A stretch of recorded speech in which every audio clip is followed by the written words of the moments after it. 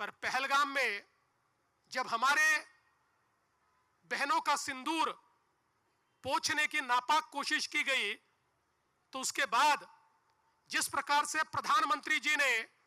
बहुत स्पष्ट शब्दों से कहा कि टेरर और टॉक्स ये साथ में नहीं हो सकते,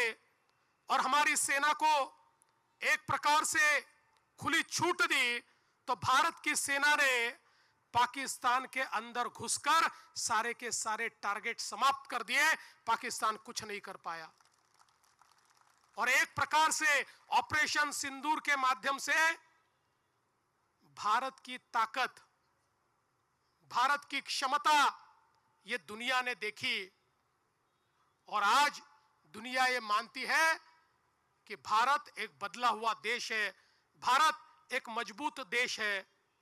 लेकिन ये लड़ाई समाप्त नहीं हुई, क्योंकि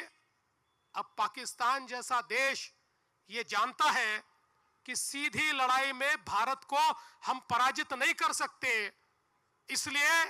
एक छद्म युद्ध, एक सुडो इस प्रकार का युद्ध हमारे साथ लड़ने की कोशिश करता है, और फिर दिल्ली के बम विस्फोट जैसा एक विस्फोट करके फिर एक बार अपने प्रेजेंस को दिखाने का प्रयास वो करते हैं। लेकिन मुझे खुशी है कि आज बदला हुआ भारत है, जिस भारत ने पहले ही इन चीजों को भांपकर जिस प्रकार से ऑपरेशन किए और 3000 किलोग्राम आरडीएक्स को जब्त किया, वरना इनके इरादे तो